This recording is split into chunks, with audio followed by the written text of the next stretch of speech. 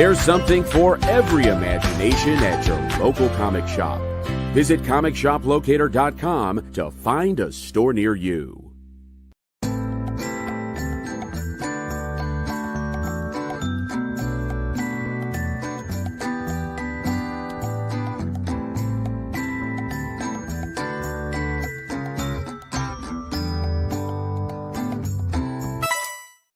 Hey, I'm Joe Pruitt. I'm the publisher and /CEO of Aftershock Comics, and you're watching The Experience.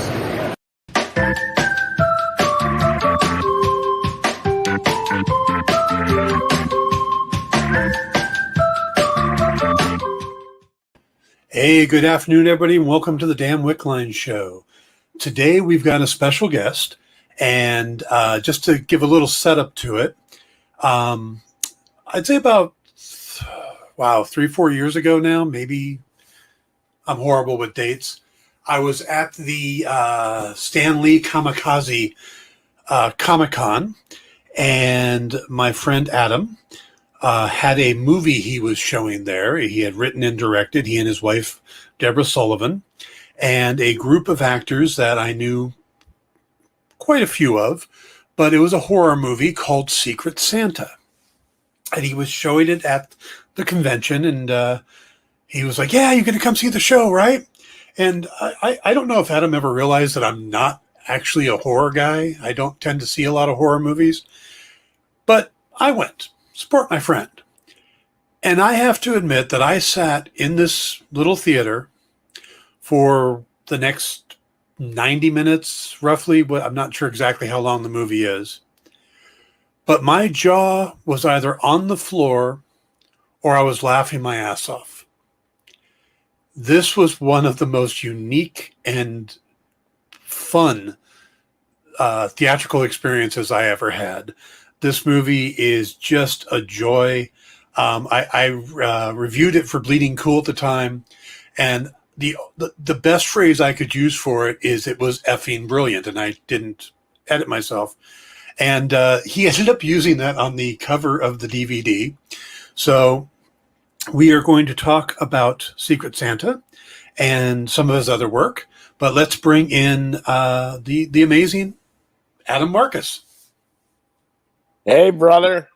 How you doing, sir? I am really good, man. I am really good. That was a lovely intro to hear, dude. That really was. Yeah. Made my day.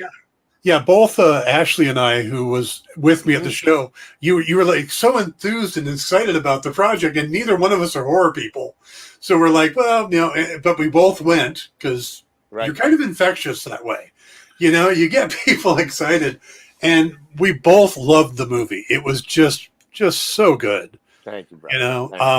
I mean, and you hook people from the opening credits with some of Curtis's lines. Mm-hmm. Yeah. Curtis,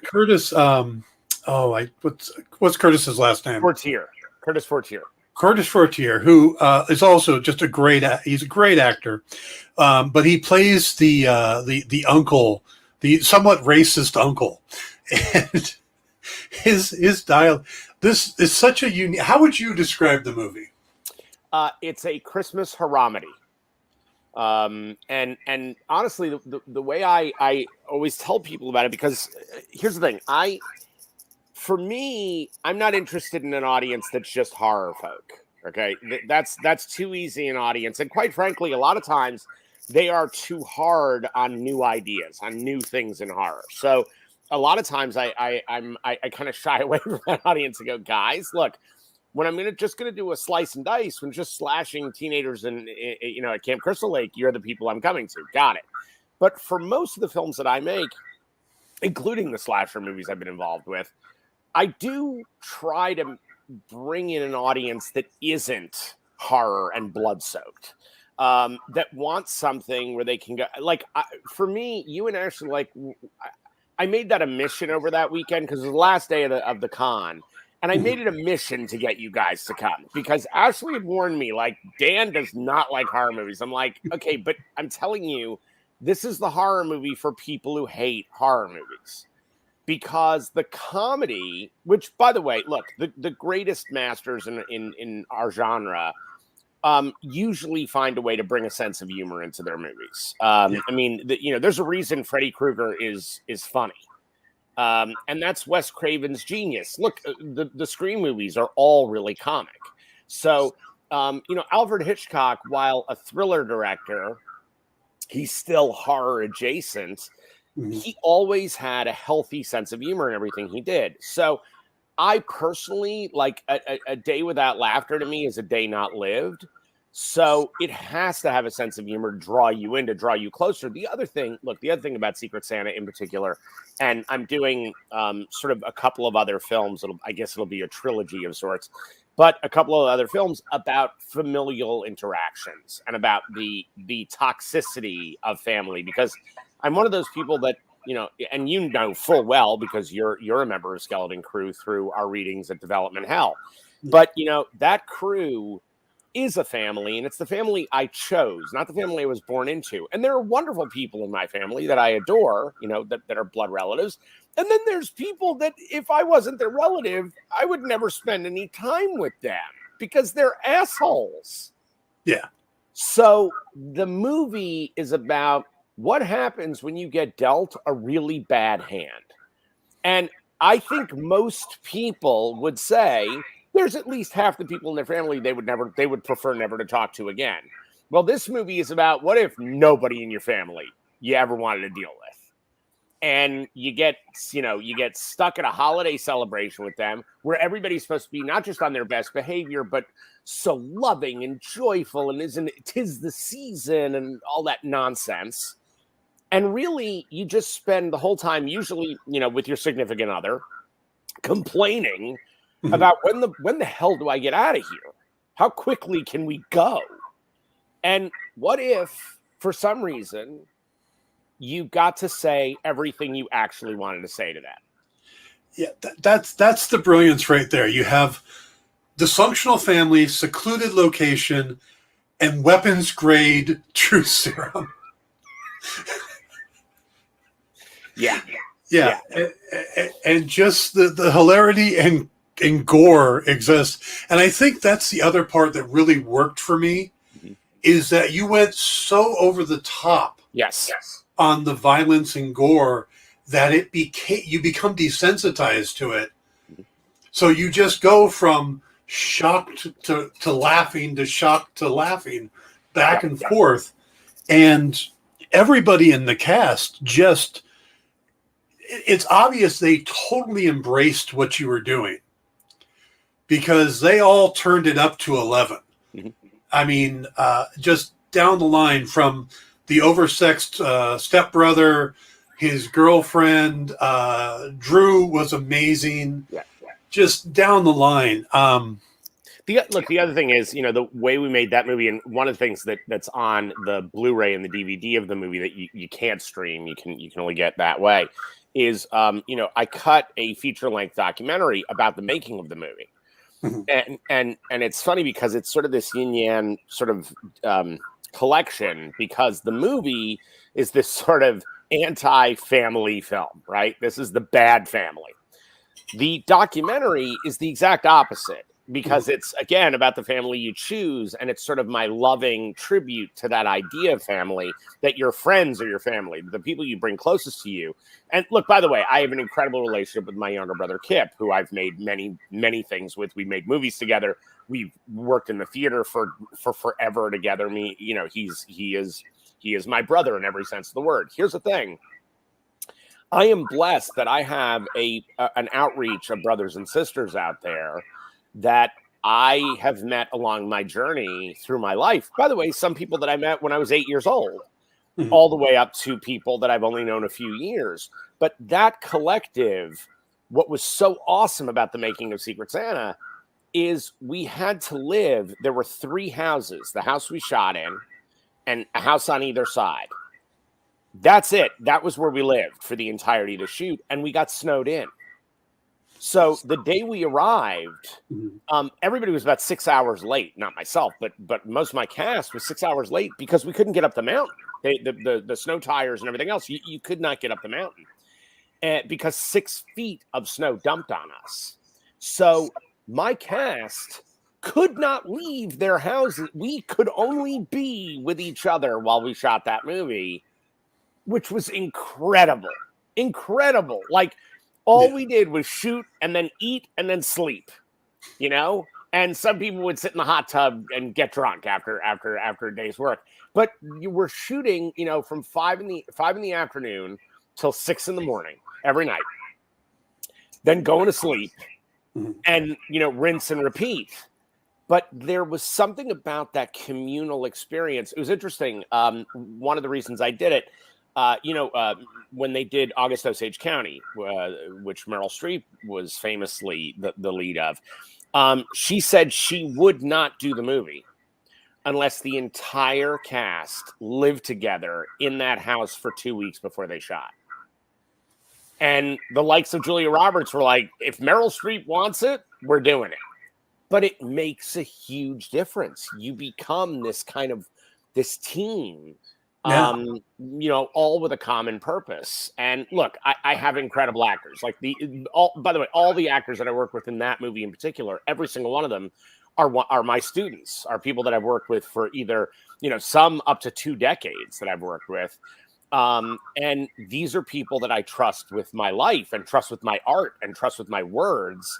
Well, you can't go wrong when you've got that kind of team. It's impossible. Right. Yeah.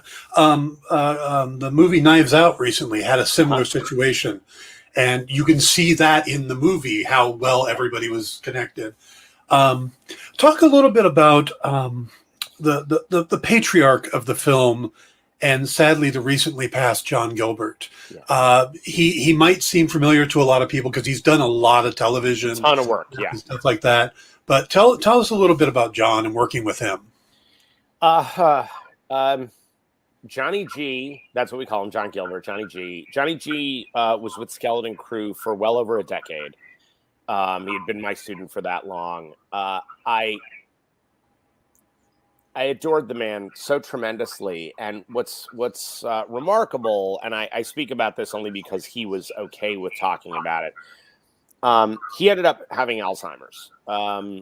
What I did not know, so there was a thing in our acting class where John would do a scene with somebody and he would go up on his lines, but John was so skilled, he was such a brilliant actor, that he would go off book, but he was so seamless and brilliant that the other actor, if they didn't know where he was, if they didn't follow his lead, it looked like they forgot their lines, not like John did, right? So it was extraordinary. So we would call that getting Johnny G'd. You just got Johnny G'd, okay? Well, what I didn't know is that he got diagnosed in 2012. Oh, wow. And none of us knew it. He kept it from everybody. He didn't want, he's an actor. He wanted to work. Yeah. And he didn't want that getting around, that there was that going on. So when I came to him with Secret Santa, the first thing is John was one of the executive producers of the film. He was one of the financiers of the movie. He had read the part. He'd read the project. He loved it. And he was like, how are you guys fixed for money? And I said, it's tight. And he said, well, I don't want that to be what you're thinking about. So let's figure out what you need and let's get that done. And so that's why John is one of the exec producers on the film. So here's what happened. We're going up the mountain on that infamous day when there was that blizzard. And Johnny G had been picked up by my partner, Brian Sexton, who's my producing partner and truly the single best producer I've ever worked with. I mean, really a remarkable, brilliant, and kind man. Truly my best friend. And Brian was driving John up because we didn't want John driving, so we're driving him up. And Brian gets to the house and he says, hey, listen, we were running some of the dialogue. We got a problem. I said, what do you mean? He says, yeah, John doesn't know the lines. And we're shooting tonight, man. Like, I don't know what's going on. I said, okay, well, I'll talk to him. It's fine. It's not like we're shooting a few pages a day. We'll get him there. Well, we were really shooting about 10 to 12 pages a day because we shot the entire movie in 11 nights in one day. Yeah. So I started working with John, and then I would have the cast work with John, and John was not getting it.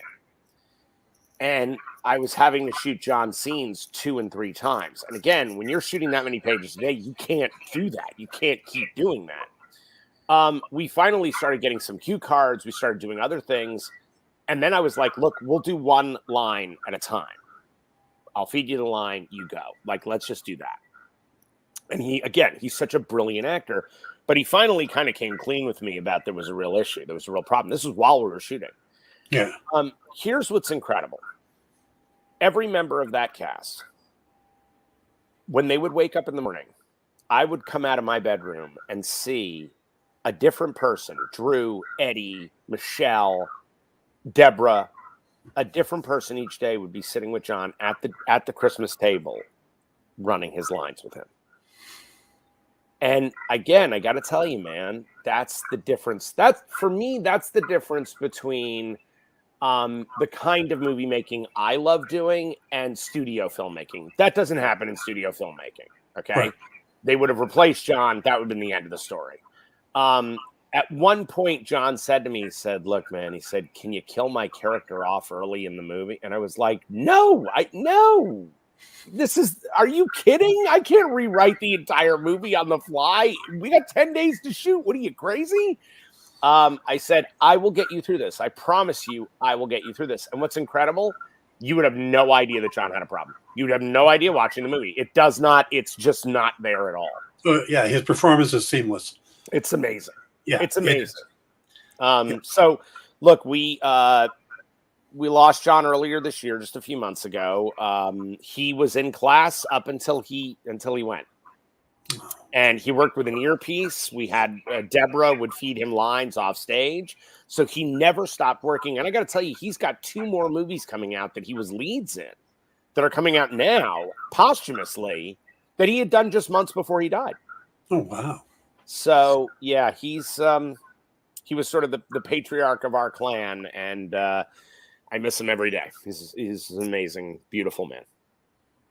Since you're working with the skeleton crew, your students, did you write this for particular actors? Yes, 100%.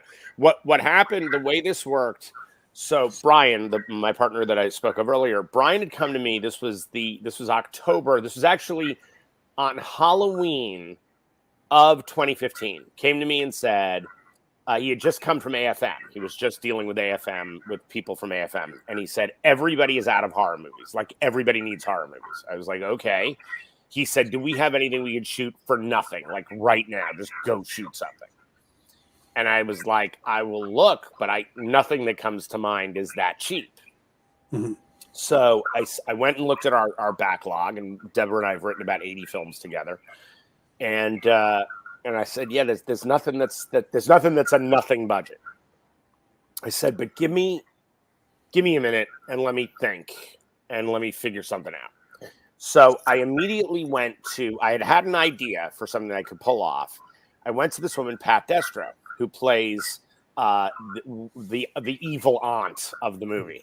I went to Pat. I said, hey, I got a movie that I think you'd be great in. Remember when you said to me that I could use your Big Bear house anytime I needed it for a movie? She's like, yeah. I said, this is the movie. She said, great. When? I said, I want to use it the first 2 weeks of January. She says, okay, we're not renting it at that point because a lot of times they rent it in the winter because of the ski season up there. She's like, no problem. Perfect. It's yours. I said, great. I said, can you check the other houses around you? Because I know they're rentals as well. Can you see if I can get those as well? She goes, no problem. I said, and also check with everybody in the neighborhood and ask if they're willing to keep up their Christmas decorations for an extra month. I'll pay them for it if I need to, but if they're willing to do it. She said, you got it. So she calls me back literally a half an hour later. It's like, I've talked to everybody. You can have the 2 houses. They'll give you a cut rate because it's me. And everybody in the area says they'll keep their Christmas lights up. I said, great. I'm art directed. I have my housing for my crew, and I've got my location. So you locate scouted? Yeah, that was literally the first thing. I'm like, we're done. Great. So now I went, okay, I want 10 people around that table, and I need 3 caterers. Mm-hmm. I went to each person in the movie and said, are you available for this amount of time? right? Can you give me this time to shoot the movie? Each one of them was like, hell yeah, I can, right? Like it was instant. The only person who had a problem because of his work schedule was Curtis. So I literally said to him, he said, dude, I can give you like 8 days and then maybe I can come back for the end weekend or, I can. And I said, dude, not a problem. I'll kill you first. And he was like, oh, okay, that'll work. I said, totally, done. So that is truly how the film got structured, was that I knew I only had Curtis that long. So I'm like, all right. And by the way, if you look on the end credits, there's a credit on there that I stole from Sam Raimi. It's something that I do in all my movies now, but called Fake Shemps. So if you're a fan of the Three Stooges, there was another Stooge named Shemp. And when the Stooges would shoot their movies, they'd shoot them in packs. So there were 5 movies that Shemp was in, but died in the middle of shooting them. So there were actors who would come in who were referred to as fake Shemps because they looked nothing like Shemp, but somebody would go, "Hey Shemp, go get the police," and Shemp would be like, "Okay, there go," and he would walk up, and it was literally not Shemp; he was just dressed like Shemp. So if you look at the end of Secret Santa, there's a title for fake Shemps. It's all of the people who either played Johnny G's body or Curtis's dead carcass in the house. Because I was like, okay, Curtis got to leave early. We got to kill him off. Nice. So I had my cast and I wrote to their voices. I knew exactly what they could excel at. Look, I mean, Ryan Seaton is so good in this movie. Like she's just so good. And the truth is that I've seen Ryan get that persnickety. Like I've seen her dark side. And I'm like, okay, I'm writing exclusively for your dark side. Now, on the other hand, Deborah Sullivan, my wife and my writing partner and the light of my life. Deborah is a master at her craft. She's a brilliant actor, but she is not an evil person. She's not. She's got a little evil streak, which I adore. That wicked laugh of hers is 100% Deb. But here's the thing. She knows how to tap into something that is that wicked. And she knows women that behave the way that woman behaves. So it was such a delight. Oh my God. Writing villains for Deb, which is sort of exclusively what I do now. Like now I only write her these evil characters. She's like, Adam, the whole world's going to think I'm a monster. I'm like, listen, you're great at it. What can I say? But she, her work in that movie is the thing I am probably most proud of. I loved the interaction between her and Pat. They're amazing together. Yeah, they are. They work so well off of each other. Yeah, I mean, just the interactions between the characters. Ryan, where a lot of the actors I've actually met prior or through Development Hell, I hadn't met Ryan until after. So my image of her was the character, and then I meet this really sweet woman. So sweet. Yeah. Yep. So, it's funny, Deborah and Pat literally just did a scene last night together. And it was very funny because they did the scene in class, and everyone in the audience, like they finished the scene and everybody was like, man, the two of you are just extraordinary. The chemistry between you is amazing. And it's true. And by the way, Pat is also the one friend Deborah has that I have to monitor when they play together, because invariably Pat is going to take Deborah out to Venice Boardwalk and get her high. So I'm always like, no, you can't just play with Pat. Pat, I have to be there when you play with Pat. I love her, but she can't be trusted. Yeah. No, dude. And look, I mean, you were saying earlier, Nate Hedrick, who plays Jackson, the oversexed brother. Yeah. He is another guy who could not be less like Jackson. Like he couldn't be less like that character. But he has this great wickedness when he works. Look, that's, I think, the joy for actors is the best actors are people that, yes, they can play themselves. And trust me, each one of those actors found themselves in the role. But the thing about Nate is he acts so that he can do things that he wouldn't do in his life, that he can play out those ideas, that craziness. Yeah. Him and Michelle Allaire, who, Michelle's, I always say, Michelle's my lucky charm. Michelle has been in everything that I've done in the last, 17 years. And look, I mean, I wouldn't dare give away the surprises of Michelle's character in the piece. But the truth is, look, Michelle does some nudity in the film that is, she is fully nude. And I have to tell you, that's because Michelle and I are like brother and sister. Like there's a trust there. She knows, I mean, her kids, I'm Uncle Adams, who are been their lives. And again, you get this when you have family. You get this when you're working with a troupe of actors that you consider, your closest friends. So yeah, it's a magical sauce that we have. So where did the idea of the weapons grade truth serum come from?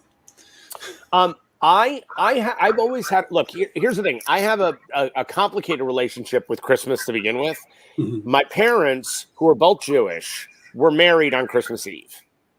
So they had this, they would have this party, this like massive Christmas Eve party, right? Mm-hmm. But it was also their anniversary party. And the reason they got married on Christmas Eve, one, the temple was cheap on Christmas Eve, so that was helpful. Two, the whole world is decorated. The whole world looks so magical and beautiful. And Christmas is my family's favorite time of year. Especially if you grow up in New York City. It's a wonderland. That and London are like the most beautiful cities at Christmas because it's just the whole world is like a sparkling snowflake. It's amazing. So my first 5 Christmases were amazing. We're like beautiful, extraordinary things. And then I turned 6 and my parents broke up and it was not good. But they kept having the freaking party. So we'd have these massive Christmas parties in my home in Connecticut, and everyone would come, all the family, all the friends, and it would be a mixture of like, oh my God, Merry Christmas. Oh, I love, where the hell's my alimony check? So I was like, and as a 6-year-old, you're like, what is this? Mm-hmm. So Christmas became this weird barbed wired thing with all the fixins, but there was something really almost David Lynchian, Blue Velvety about it. Like there was a rot under the surface, right? So I always thought, and where Secret Santa came from was, okay, how do I get everybody to tell what they really feel about each other? How do I get everyone to stop pretending and say it, right? And like, I love the movie The Ref. It's a favorite of mine. But those are people who are, from the very beginning of the movie, outwardly horrible to each other. I was like, no, I want a family that are all passive aggressive. They're all doing the thing that you actually come home to, right? That sense of like, oh my God, you lost weight. Good for you. Yeah. So you're still working on that, right? And you're like, hello would be nice too. That'd be great. Can we go there? So there's always this backhanded thing, Oh, I saw your movie. It was so you. What? What does that mean? What does it so mean? What does that mean? So me, right? So that kind of backhanded stuff, I was like, what if something would strip that away? And that's when I was like, okay, if the whole family works for a company and it's a pharmaceutical company, and so now you've got a whodunit of like, who was it that put this out there? Who created this? Then the idea of, okay, it's in the punch, fine. Who wouldn't be drinking the punch? Mm-hmm. And why wouldn't they be drinking it? And if you watch the first 30 minutes of the movie, if you watch really closely, there are people who are drinking and there are people who are not. And that's the fun of sort of like trying to figure out the mystery of what's going on. And look, the other part of it was I knew it was going to center around a Secret Santa game because my whole feeling was every single person in this movie has a secret. So if the game of the movie is also the idea of the movie, that everyone hides these dark, horrible secrets, especially from your family, and all of those things are going to come out, it's less about the, traditional, I give you a gift and nobody knows who gave you the gift. That's sort of the jumping off place. That's just the springboard. But really, it's about the secrets we keep from each other and what happens when that gets stripped away. I love the idea of people losing impulse control. Oh, yeah. Yeah. By the way, just an interesting side note. My parents were also married on Christmas Eve. No. Dude, that is crazy. I've never met another person who had that. Neither have I. Dan, that's nuts, man. That's awesome. Well, we are a very small club, you and I. That is very, very cool. Yep. All right, we need to take a quick break. We'll be right back with Adam Marcus in just a moment.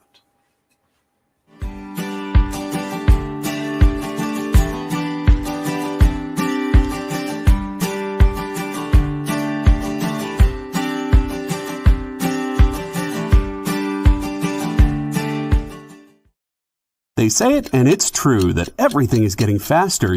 To be continued. 3 little words that hold the secret to the next great story. 3 words that will thrill you, confound you, give life to new possibilities.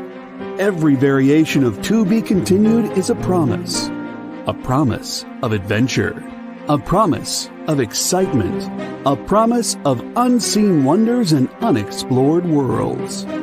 A promise that every issue you read makes you a part of a never-ending journey. And behind every page, there will be an unopened door waiting for you. This story to be continued at your local comic book shop today. Visit ComicShopLocator.com today.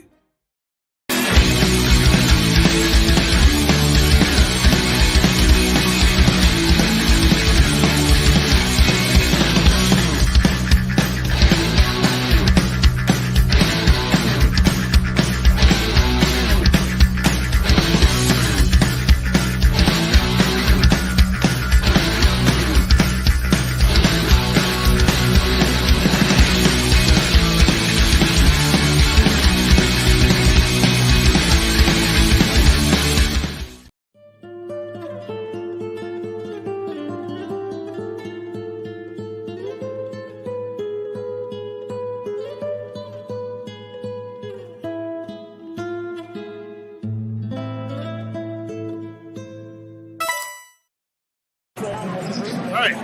Hi, I'm Travis, King of Source Point, and you're watching The Experience.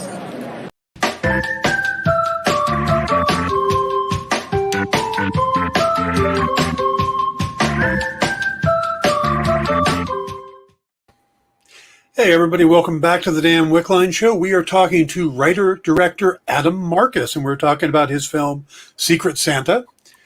There's a couple other things I want to talk to you about, but before we move on, how can people see Secret Santa right now? Several ways, actually. We are on Amazon Prime streaming, but we are not part of Prime, so you have to pay for the movie. It's still a rental. We're also streaming on Google at Google Play. But my recommendation to people, look, you can get a copy of the movie at Amazon. It's available on Blu-ray and DVD. But if you get it directly from our company at secretsantathemovie.com/merch, if you get it there, there's signed copies, there's posters, there's all kinds of cool stuff. And in fact, there is a very cool thing coming very soon from the beginning of December from a company called Rat Knife. Mm-hmm. And they do these like amazing enamel pins. They're doing the first ever pin for Secret Santa. It is crazy, and I won't give away what the design is. Like, I would never take that from them. It is so. They came to me. They asked me if they could do it. I was like, "Yeah, you can do it." What are you kidding me? So we're really look. Here's the thing. In the age we're in right now, where it's very tough to get independent films seen. Forget about distribution. There's so many distributors out there that are truly just predatory on young filmmakers and on filmmakers that are making small movies. We decided to take a lot of the distribution in North America onto ourselves. And a big part of that is giving them, things like a limited edition Blu-ray and DVD that we can supply to them and have a lot of extras and buzzes and clicks on it. So really, that's the best way to do it for my money. But it is available. We put it out there streaming on Amazon. We put it out there on Google Play. I believe it's on iTunes now too. So, we're out there. But again, the documentary for me is just as satisfying as the feature. So it's like that. The only way you can get that is on the limited edition Blu-ray or DVD. And folks, I highly recommend this movie. It was upon Popco, the writers, we did movies that needed more attention or deserved more attention, and this was one of the ones that I mentioned as well. It is, it is. Well, it's definitely my favorite horror movie. Thank you. I appreciate that. I really do. Look, we're actually there was a limited edition Blu-ray done by Arrow it was Arrow in the UK for oh God, now I'm forgetting. For one of the great Christmas horror movies. Oh my goodness. And now I'm forgetting. Anyway, they did it was a different film, right? It wasn't our film. And they had in the Blu-ray packaging, they had a little booklet, right? That was the 12 Sleighs of Christmas. Mm-hmm. Now, this company did not have the rights to our movie. They didn't release our movie, nothing. We were the 9th best Christmas horror film of all time. And I was like, what? And a buddy of mine in England is the one who told me, was like, you have to see that they did this for you. Like, this is an amazing thing. So, we're featured. There's a new book coming out that's all about Christmas horror. They immediately reached out to me. They were like, we're doing a whole chapter on Secret Santa. I'm like, that's amazing. So the more people are discovering the film, it's becoming this little cult item that's getting its audience, which is profound. And look, it's my favorite. It's my personal favorite film I've made. I just so believe in it. And because it was made with such love, which is such a funny thing because it's such an angry movie, but it was made with so much love. I just really hope that I hope and pray that the movie gets the kind of viewership. It's not about money for me. It's not about any of that stuff. It's about just having people see not only the work that I did, but really see the work that my cast did. Because they're all so beautiful in the movie. They're all so brilliant. So, yeah. I think this kind of fits up there with some of the horror comedy mixes like Shaun of the Dead and Army of Darkness and stuff like that, because it brings so much comedy to it, but it's still a classic horror movie in a lot of ways. Now, you've taken this out to a lot of festivals. Oh, yeah. And I am constantly seeing you post that, it won this, it won that. Yep. I mean, this is a well-received, well-decorated film at this point. Thank you. The nicest thing has been that we've won some festivals that are not horror festivals. So that's more exciting. Like, that's where I don't expect anything. We actually, at the Silicon Beach Film Festival in Los Angeles, we won Best Picture Comedy. And I was like, awesome. Like, that's great. That was so satisfying, and nobody expected it. It was funny. We got tipped off before the award ceremony that we were going to win something, right? Mm-hmm. And so a bunch of the cast and Brian, Deb, and I were there, and we're all waiting, and the whole night is going on, and it was like an hour and a half award ceremony. So everybody's getting prizes, and it just keeps going. And I was like, man, we got bamboozled into this. We're not winning anything here. What is this? And we're right about the end of the night. And I'm like, we should just pack it in. This is stupid. And literally we were the last award of the entire thing, which was Best Picture. I was like, what? What happened? What do we do? I couldn't, I was just stupefied. So yeah. It's always more satisfying for horror filmmakers in particular. And again, look, I've made movies in a lot of genres. I've made romantic comedies that were huge hits at Sundance. I've made action films. I've made thrillers. But when you're named to everybody in the business as Adam Jason Goes to Hell Marcus, when you make horror films, when legit festivals, and not that horror festivals aren't legit, horror festivals are the best festivals in the world. But when a festival that isn't focused on horror recognizes, oh, you're doing something here. This isn't blood and guts. This isn't just about scaring people. There's an idea here that's exciting. That is very gratifying for a horror filmmaker. Because let's be honest, we make a lot of money. We don't get a lot of respect. We don't. Yeah. And it's nice when you get a little respect. You're like, and again, look, I mean, Deborah and I, we produced a series of movies called Connected, which are short films, and they're all connected in some way. And we did one that was an LGBTQ influenced piece, right? And we didn't do it for political reasons. We did it because it was a story Deb wanted to tell. So Deb had written the script. I directed it and produced it. And actually shot the thing. And the movie, we sent it out to 6 festivals, just as a little short film, just to see what would happen. We sent it 6 festivals. It got into all 6. It won 3.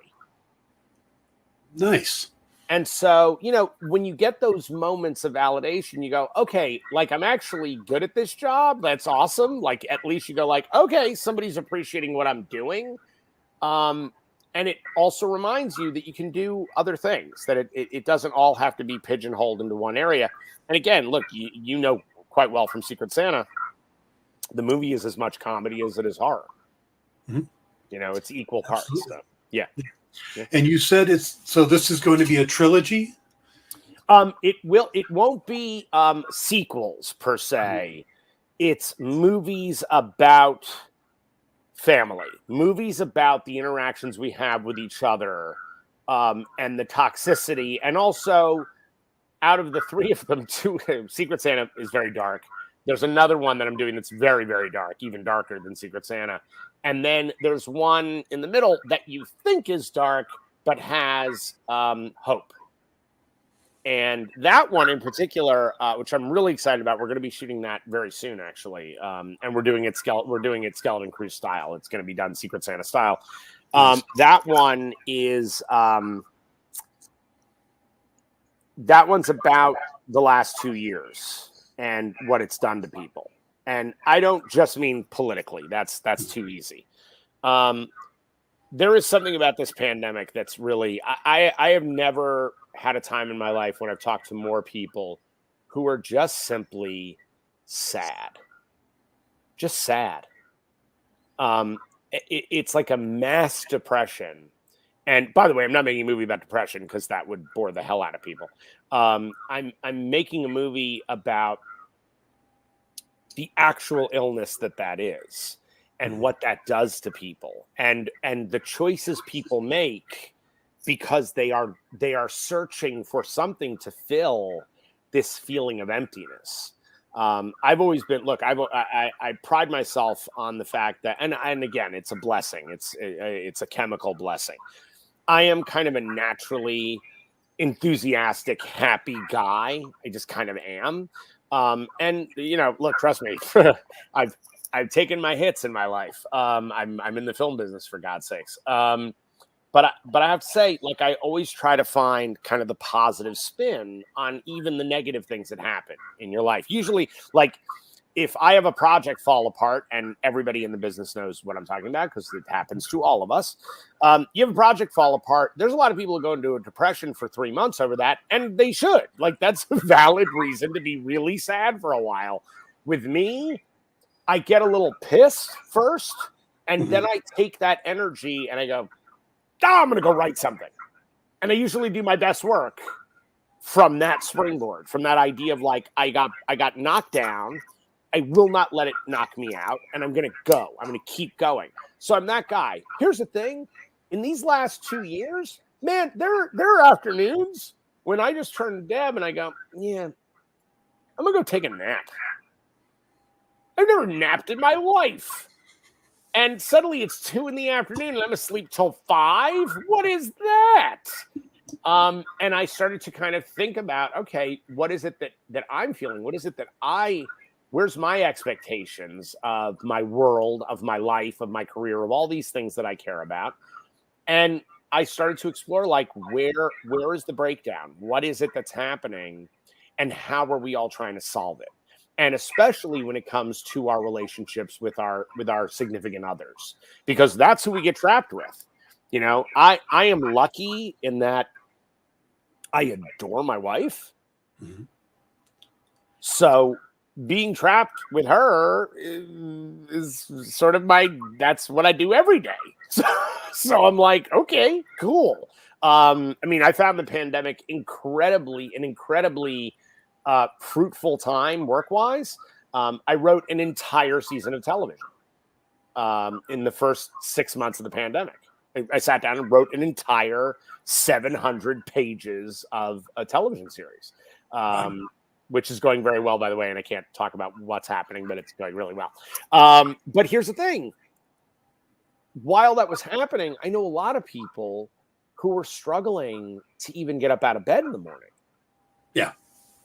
And not only do I respect it, but I had days, more in this year than in last year, but I had days where I felt the same way, where I'm like, wow, why am I so sad? You know, and we look at our lives and go, like, I love my life, I love my friends, all of that stuff is good. What's going on? Yeah. And it's incredible. I find it to be this sort of, it's kind of global. Our children live in France, in Paris, and even they've had it, and they see it in all the people that they have interactions with. It's something that's happening all over the world. And so the new thing that we're doing, which is titled "This Is Where We Are," don't think for a second that I'm doing some kind of sappy drama. I'm not. I'm incapable. I can't do that. But I am doing something that I've never done before with this one. But it does have some fingerprints of Secret Santa in there, in just the idea of, I can't do something without a sense of humor. And I'm definitely one of those people that, like, instead of going to a dark place, I find the comedy in that and pull it out so it's more fun. So that's definitely there. My sense of humor is there, but it's also, you know, it's a serious subject matter, as is Secret Santa, by the way. I mean, Secret Santa it's a very serious movie played comic, which is what I love. You know, that's kind of my thing. All right. Got a little bit of time left. So Cool. A couple quick questions. One, Sure. How's Heart of Darkness going? It's going well now. Mm-hmm. We were kicking butt. We finished our Indiegogo campaign, which, by the way, is still on demand. Like, people are still contributing, which is amazing. We had our Indiegogo campaign that ended in December of 2019. By February of 2020, we had shot over 30 interviews for the movie. We were killing it. We were crushing this thing because I wanted to have it out that year. I wanted it out in 2020. I was like, let's do this. Like, I got the filmmakers. I got a great cast. I got a great crew. And then COVID.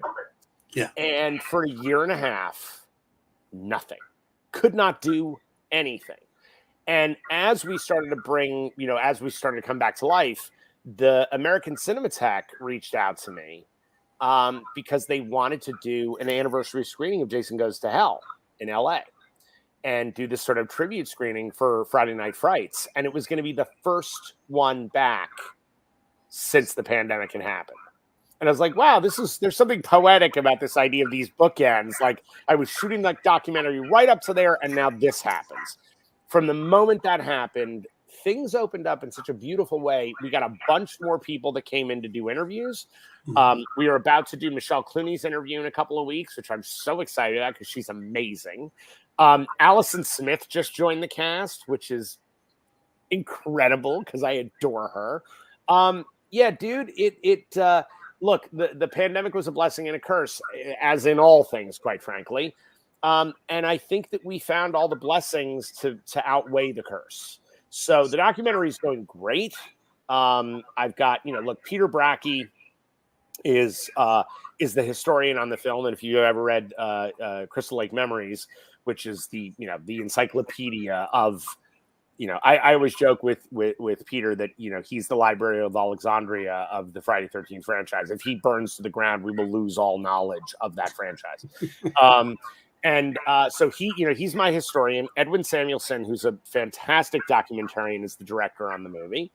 Ali Rivera has been my right hand this entire thing, producing with me, and then of course Deb and Brian at the top of this. And I got to say, there's a guy, Brandon Crum, who is an associate producer on the movie, right? Who paid to be an associate producer through Indiegogo. This guy came in and has done over 100 animations for the movie, just to do it. Just because he's like, I'm a producer, I want to actually contribute to the movie. I'm like, please do. So that's unbelievable. Then I got my childhood friend, one of my best friends of my entire life, a guy named Eric Beatner, who is a 9-time Emmy-nominated editor for The Amazing Race and Fear Factor, right? This guy is just the balls. And he's coming in to edit the whole thing. And by the way, he's a brilliant writer. He's a filmmaker in his own accord as a director and writer, but he's a brilliant writer. I just brought him on to a project that Skeleton Crew is producing, and he's one of the writers on that project now. So again, like the pandemic, it made all of us slow down and then stop. Mm-hmm. And while trust me, this documentary has been like the sort of Damocles over my head. I'm like, I just want to finish this movie for the fans. They're all waiting. The one thing I will say, all during the pandemic, we got everybody their swag. Everybody got their free perks. Everybody got all their, and I'm telling you, we literally just sent stuff last week to Kuwait because we couldn't up until now. We still have packages that have to go to Australia. It's the last country that won't accept anything from the United States yet. But everybody's gotten their T-shirts, their posters, their knives, their masks, their all that crap. It's all gone out, and everybody's had a ball, which is great. So I feel like during the pandemic, at the very least, we've been able to give goodies to make people's lives better. So that's I'm thrilled to do that. But the movie is going to be awesome, and I will tell you what I've been telling people who contributed to the doc, and also just fans out there that want to see the movie. I'm going to give you a good movie. I'm not going to give you a rushed movie. I won't do it. I just won't do it. I will not give you something that I think is half-baked. And a big part of that is making sure that we get all the interviews that we need to have in this movie done and done correctly. So it's an enormous amount of footage. It's over 100 hours of footage that has to be condensed down into a movie. But it's really cool. And there are stories. There's one in particular that there is a misspelling on the Voorhees house mailbox. Voorhees is misspelled in my movie. Okay. I have been taking truly body blows over this for 28 years. And I literally look at people and go, do you understand what a director's job is on a movie? Do you actually think I shot the photograph of the mailbox? Do you think that's something that I shot? That was done by second unit. That's how that worked. I was shooting the actual scenes while they set up a hero shot of a mailbox. I said, I did not paint. You're right. Directors on the weekends, we paint all the verbiage on sets. That's the other part of our job. I went to film school for that. But I'm the one who takes the hit. When people find out why that mailbox is misspelled, I'm going to have a line of asshole haters lining up to kiss my ass in Macy's window, because the answer is so extraordinary. It's so amazing that when I found out the answer, when it came out in the interviews, I actually started crying. I started weeping. I was like, oh, sweet vindication. It's amazing. So there's that kind of stuff. And there's also, look, man, again, not unlike what happened with Secret Santa, Jason Goes to Hell is the only Friday 13th movie they ever had a rehearsal schedule. I had 5 weeks of rehearsal before the movie started, and I really rehearsed my actors. And they were like, we're rehearsing a Friday 13th movie? I'm like, yes, we are. We're treating this the same way I would treat a theater piece. I want the acting excellent. And I do pride the movie on having, my opinion, the best performances in the franchise. The people in the movie, the actors in the movie give incredibly grounded, beautiful performances. Well, you know what? That's that shows up when you're sitting with these folks and they're still kind of a family. Like, I adore these. Some of them I haven't seen since we shot the movie. And the minute they walked in the room, like, the hugs I would get were like, oh my God, my long lost brother or sister. And again, it just makes me go, like, I've spent my life in this craft. And what I've gotten more from it than anything else is that just about everybody I've worked with, I still love that way. And that it's reciprocated because they know my feeling to them is genuine. So, yeah. And you know what? That's probably the best place to end this. As much as I would just love to keep talking to you, I do have to wrap this up. We have another show coming up in just a couple minutes. What's in the Box with Miss Jen is coming up. So again, Secret Santa, it's available through, you can rent it through Amazon, Google Plus, possibly iTunes. Yeah. It's also available to buy through your website, secretsantathemovie.com/merch. Mm-hmm. And you have the Heart of Darkness, the making of the final Friday. Final Friday. Jason Goes to Hell. Yep. And I had a ton of other questions for you too, but like I said, we've got to wrap it up. It's been a real treat. And, anytime, give me a call, man. Oh, dude, I love you, and I love this, and I think you're doing an amazing job on this show, man. I think it's just great. So anytime you want to talk, I'm here. I appreciate that. All right, folks, we're going to wrap it up there. Thank you all for tuning in. I will see you next week for Tuesday and Wednesday, no Thursday show because of the holiday. And Wednesday, we're going to do the big spoiler show for Hawkeye since that'll debut Tuesday night, Wednesday morning. So come by for that. Thank you, everybody. Have a great weekend. Good night.